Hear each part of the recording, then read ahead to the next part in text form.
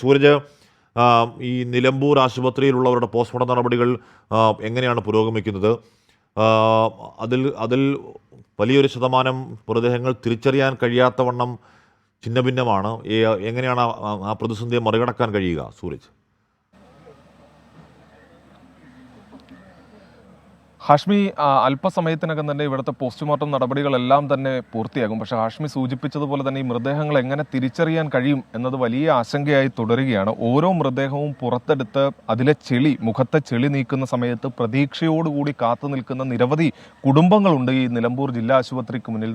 നമ്മളെ എല്ലാവരെയും തകർക്കുന്ന മനോവിഷമത്തോടു കൂടിയാണ് അവരുടെ എല്ലാ മുഖങ്ങളിൽ ഈ തങ്ങളുടെ ബന്ധുക്കളുടെ ശരീരമെങ്കിലും വീണ്ടെടുക്കാൻ കഴിയുമോ എന്ന പ്രതീക്ഷയോടുകൂടി കാത്തു നിൽക്കുന്ന കുടുംബങ്ങളുടെ ആ ദൃശ്യങ്ങളിൽ നമുക്ക് കാണാം. അങ്ങനെ നിൽക്കുന്ന നിരവധി പേരാണ്. അവർ ഓരോ മൃതദേഹവും കൊണ്ടുപോയി പോസ്റ്റ്മോർട്ടത്തിന് മുന്നോടിയായി കൊണ്ടുപോയി ആ ചെളി നീക്കുന്ന സമയത്ത് പ്രതീക്ഷയോടുകൂടി കാത്തു നിൽക്കും. അതിനുശേഷം ഈ ചെളി നീക്കി ആ മൃതദേഹം കാണുന്ന സമയത്ത് ആ മൃതദേഹം തിരിച്ചറിയാൻ കഴിയാതെ നിസ്സഹായാവസ്ഥയോടുകൂടി മടങ്ങുന്ന നിരവധി പേരാണുള്ളത്. വയനാട്ടിൽ നിന്നുള്ള ഒരു കുടുംബം അടക്കം ഇങ്ങോട്ടേക്ക് എത്തിയിട്ടുണ്ട്. അങ്ങനെ നിരവധി പേർ ഇവിടെ കാത്തു നിൽക്കുന്നു. 57 മൃതദേഹങ്ങളും മൃതദേഹ അവശിഷ്ടങ്ങളും ഉൾപ്പെടെ 57 മൃതദേഹങ്ങളാണ് ഇവിടെ എത്തിയത്. പക്ഷേ അത് കൈയാകാം, കാലാകാം, ചില മൃതദേഹങ്ങളുടെ നെഞ്ചിൻ്റെ ഭാഗം ഉൾപ്പെടെ കിട്ടിയിട്ടുണ്ട്.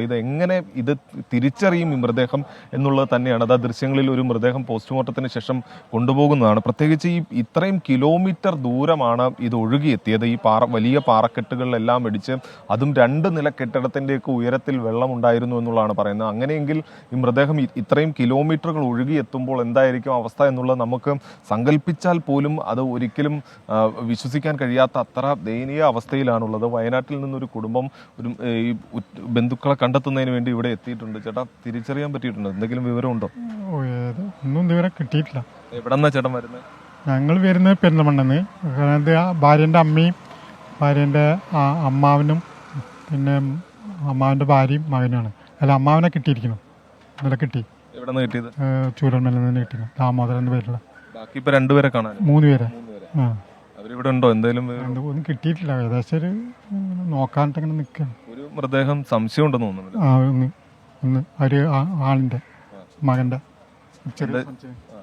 മുഖത്ത് ചെളി നിൽക്കണോ? വൃത്തിയാക്കണം പറഞ്ഞു.